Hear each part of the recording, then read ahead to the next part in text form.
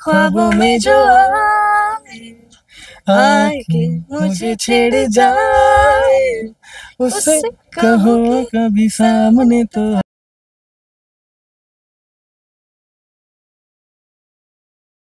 नमस्कार, मी गणेश आचवल. स्वामी कृपा क्रिएशन्स या यूट्यूब चॅनलमध्ये तुम्हा सर्वांचं मनपूर्वक स्वागत करतो. मित्रांनो, काही क्षण असतात ना जे खूप आनंदाचे असतात आणि आज माझ्या आयुष्यातला एक आनंदाचा क्षण यासाठी आलाय की ज्या एका मुलाला 9वी-10वीतला मी बघितलंय, त्याला मी काहीतरी शिकवलंय आणि तो आज एका मोठ्या मोठ्या कारकिर्दीचा साक्षीदार आहे. यशोमान विवेक आपटे हा आज आपल्यासोबत आहे नवीन नाटकाच्या निमित्ताने.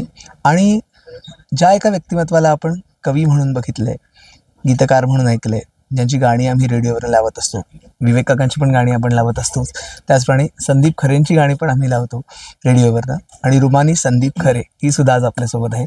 त्यामुळे मी त्याच प्रश्नाकडे येणार आहे. यशोमान, रुमानी, तुम्हा दोघांचं खूप खूप अभिनंदन. मला जाणून घ्यायला आवडेल की हा जो कलेचा वारसा तुम्हाला दोघांनाही तुमच्या वडिलांकडून मिळालेला आहे. संदीपचा वारसा तू चालवतेस, विवेक काकांचा वारसा तू चालवतेस. वडिलांबद्दल थोडंसं सांगा की कसं वाटतंय आज? मी खूप एक्सायटेड आहे.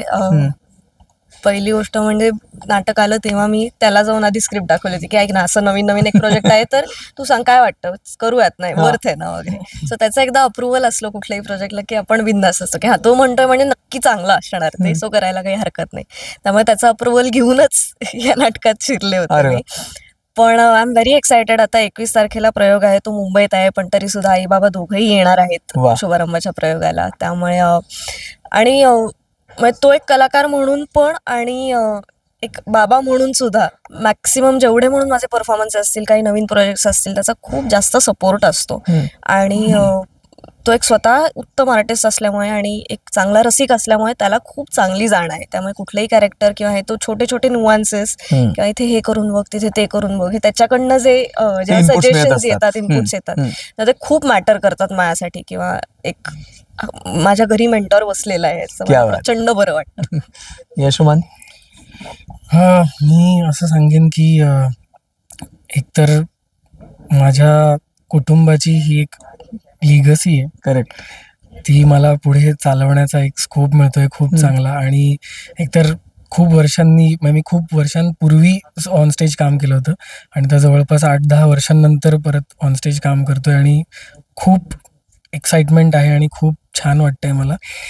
आणि सेम म्हणजे ऍक्च्युली आम्हा दोघांच्याही घरात लेखनाचा वारसा असल्यामुळे ते सिमिलर गोष्टी आहेत ऍक्च्युली. ते माझं पण काही प्रोजेक्ट असेल किंवा काही असेल ते बाबांशी डिस्कस होतच, मग त्याच्यावर चर्चा होते, मग त्याच्यावर प्लस मायनस पॉइंट्स काढले जातात, मग ते छान आमची पण वेवलेंथ जरा जुळते त्याच्यामध्ये की आमची मतं पण सेम असतात.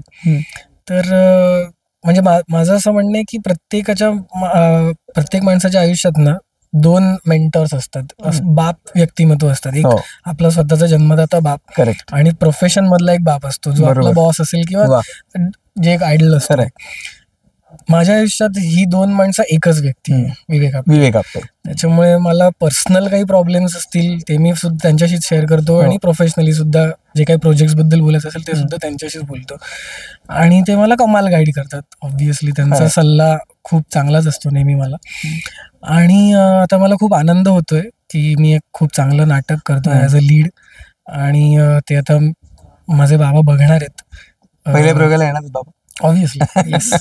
आणि एक छोटीशी खंत आहे, माझे काका पण जर का असते तर त्यांनी पण बघितलं असतं. खरं, त्यांची तर लिगसी म्हणजे नाटकासाठी आपल्याला काही सांगायलाच नको. पण ते थोडंसं वाईट वाटतं, पण ठीक आहे, आता काही करू नाही शकत. पण एवढी वर्ष आमची फॅमिली, आमचं घर ह्या कलेसाठी किंवा ह्या प्रोफेशनमध्ये वाहिलेलं आहे म्हणजे जवळपास. आणि जेव्हा कॉलेजपासूनच मी जेव्हा डिसिजन घेतलं होतं तेव्हा घरातनं असं होतं की हा जाणारच होता इकडे, म्हणजे हे एक नसतं झालं तर वावगं वाटलं असतं. त्याच्यामुळे सपोर्ट वगैरे तर संबंधच येत नाही, आहेच तो वर्षानुवर्ष. त्याच्यामुळे खूप एक कमाल फिलिंग येत आहे मला. आता लागली पेज बरोबर, लागली पेज मधल्या तुमच्या ज्या भूमिका आहेत तर त्या आम्हाला अजून रिव्हील झालेलं नाहीये, पण जे तुम्हाला रिव्हील करावं असं वाटतं ते तुम्ही सांगू शकता दोघेही. ओके. माझ्या कॅरेक्टरचं नाव आहे आदित्य देशमुख. आणि तो एक चांगल्या घरातला चांगला मुलगा आहे, त्याची स्वतःची काही स्वप्न आहेत, इच्छा आहेत आणि ऍक्सिडेंटली त्याला एक मुलगी भेटते आणि ती मुलगी काय आहे ते ती सांगेल. काय आहे, कशी आहे, काय आहे, अरे काय आहे, वारे वा अरे वा हॅशटॅग अरे वा. तर ह्याचं पण एक काहीतरी म्हणणं आहे, तिचं एक म्हणणं आहे आणि आता हे दोघं जर का एकत्र येणार आहेत तर मग पुढे काय काय होईल, काय काय ट्विस्ट येतील आणि म्हणणं त्यांचं एका पेजवर असेल का वेगवेगळं असेल का ते एकमेकांना सपोर्ट करणार आहेत का काय करणार आहेत, नाही करणार आहेत, हे सगळं तुम्हाला बघायला मिळेल आणि मजा डेफिनेटली. नक्कीच. तुम्हाला माझ्या कॅरेक्टरचं नाव आहे रेवा आणि ती एक आर्किटेक्ट आहे, हुशार आहे, स्मार्ट आहे, तिच्या कामात भारी आहे ती. पण जरा गंमत सांगायची तर पिक्सी मेनियक ड्रीम गर्ल ही जी टर्म आहे ना, ह्याच्या एक पाऊल खाली येते फक्त, असं माझं प्रामाणिक म्हणणं आहे तिच्या बाबतीत. कारण ती खूप बबली आहे, तिला क्रिएटिव्ह आहे प्रचंड, त्यामुळे सतत ती तिच्या डोक्यामध्ये असे क्रिएटिव्ह सीन्स वगैरे इमॅजिन करत फिरत असते आणि आत्ताचा जो क्षण आलाय तो पुरेपूर एन्जॉय करायचा आणि पुढे जायचं.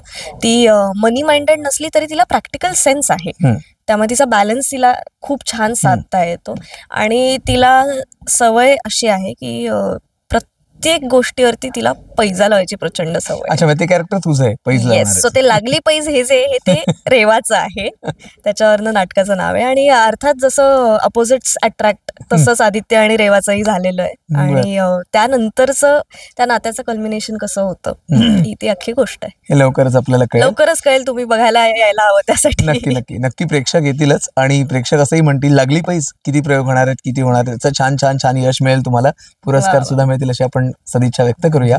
आणि नक्कीच जाता जाता अगदी शेवटचा प्रश्न की या गप्पांची जी सांगता आहे, कारण पुन्हा तुमचे प्रयोग एक सेट झाले की त्याच्यानंतर आम्ही येऊच गप्पा मारायला की अमुक प्रयोगांचा टप्पा अमुक प्रयोगांचा टप्पा, तर जाता जाता या गप्पांची सांगता आहे का छोट्याशा गाण्याने हवी कुठलेही?